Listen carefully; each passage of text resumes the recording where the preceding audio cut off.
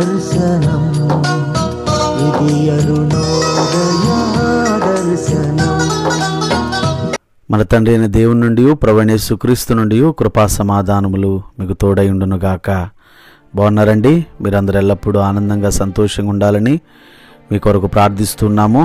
ఈరోజు పునరుద్ధాన దినము, విశ్రాంతి దినము, ఆదివారం కనుక ప్రతి ఒక్కరూ పెందలకడనే దేవుని సన్నిధికి వెళ్ళి దేవుడు అనుగ్రహించే ఆశీర్వాదాలు పొందుకోవాల్సిందిగా ప్రేమతో మీ అందరికీ తెలియజేస్తున్నాము.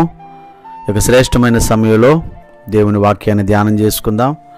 హగ్గయి గ్రంథము 2వ అధ్యాయము 19వ వచనాన్ని ధ్యానం చేసుకుందాం. ఇది మొదలుకొని నేను మిమ్మును ఆశీర్వదించెదను. దేవుని వాక్యాన్ని వింటున్న ప్రియ సహోదరుడా, సహోదరి, దేవుని వాక్యము అమూల్యమైనది, శ్రేష్టమైనది.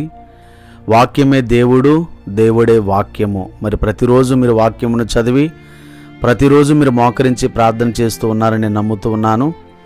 మరి దేవుని బిడలారా, ఎవరైతే ఉదయమున లేచి వేకుజామున లేచి ప్రార్థిస్తారో, వాక్యాన్ని చదువుతారో, తప్పనిసరిగా వారి జీవితాలు దీవెనకరంగా, ఆశీర్వాదకరంగా, మేలుకరంగా ఉంటాయని ప్రేమతో తెలియచేస్తున్నాను. ఖచ్చితంగా వేకుజామున లేవండి, మోకరించండి, ప్రార్థించండి, దేవుని వాక్యాన్ని ధ్యానించండి.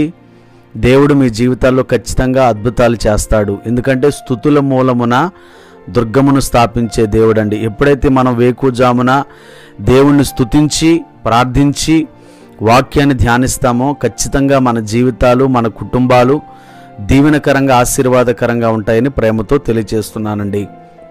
అయితే చదవబడిన వాక్య భాగము ఇది మొదలుకొని నేను మిమ్మును ఆశీర్వదించదనని, ఇది కేవలము ఇశ్రాయేలుకు సంబంధించిన వాగ్దానమే కాదు, కానీ ఆత్మీయ ఇశ్రాయేలుమైన క్రైస్తవులమైన మనకు కూడా ఈ వచనము వర్తిస్తుందండి. కాబట్టి నువ్వు ఎటువంటి ఇబ్బందికరమైన పరిస్థితుల్లో ఉన్నప్పటికీ దేవుని బిడ్డలారా, దేవుడు నిన్ను దీవిస్తాడు, ఆశీర్వదిస్తాడు అనే విషయాన్ని మర్చిపోకూడదండి. ప్రత్యేకంగా దేవుని బిడ్డలారా, మన జీవితాల్లో కొందరి జీవితాలు మనం చూస్తూ ఉంటామండి. వారెంత కష్టపడినా ఫలింపును చూడలేరు, వారెంత కష్టపడినా ఆశీర్వాదాన్ని చూడలేరు. చిల్లి సంచిలో వేసినట్లుగా వారి కష్టార్జితం అయిపోతూ ఉంది, లేదంటే వారు దేనిలోనూ అభివృద్ధి పొందలేని స్థితిగతిలో ఉండిపోతారండి. దేవుని బిడ్డలారా, అయితే ఒకటి మాత్రం వాస్తవం, దేవుడు ఈరోజు వాక్యం ద్వారా మనందరితో మాట్లాడుతున్నాడు. గతంలో నీ పరిస్థితి ఎలా ఉందో తెలియదు, కానీ ఇప్పుడు పరిశుద్ధాత్మ దేవుడు తన వాక్యం ద్వారా ఏమంటున్నాడంటే, ఇది మొదలుకొని నేను మిమ్మును ఆశీర్వదించెదను. దేవుడు మనల్ని ఎలా ఆశీర్వదించగలడు? దేవుడు మనల్ని ఎలా దీవించగలడంటే, ఖచ్చితంగా నువ్వేకువ జాములు లేచి ప్రార్థన చేసి, నువ్వేకువ జాములు లేచి దేవుని వాక్యమును ధ్యానించినప్పుడు ఖచ్చితంగా నువ్వు దీవించబడతావు. ఇప్పుడు వాస్తవంగా మాట్లాడితేనండి, దేవుడు నిన్ను దీవించాలంటే దేవుడు నచ్చిన జీవితం నీలో ఉండాలి కదా.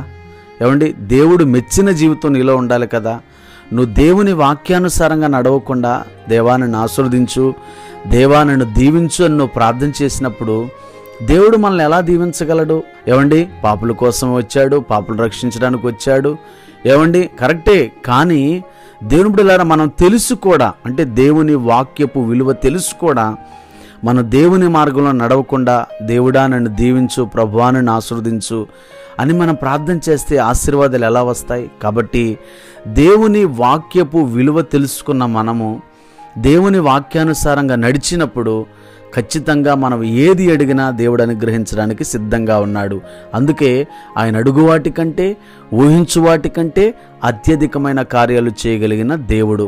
అట్టి రీతిగా ఈ పునరుద్ధాన దినం ఆదివారం రోజున దేవుడు మీ కుటుంబాలను దీవించాలని, ఆశీర్వదించాలని మనస్ఫూర్తిగా కోరుకుంటున్నాను. God bless you.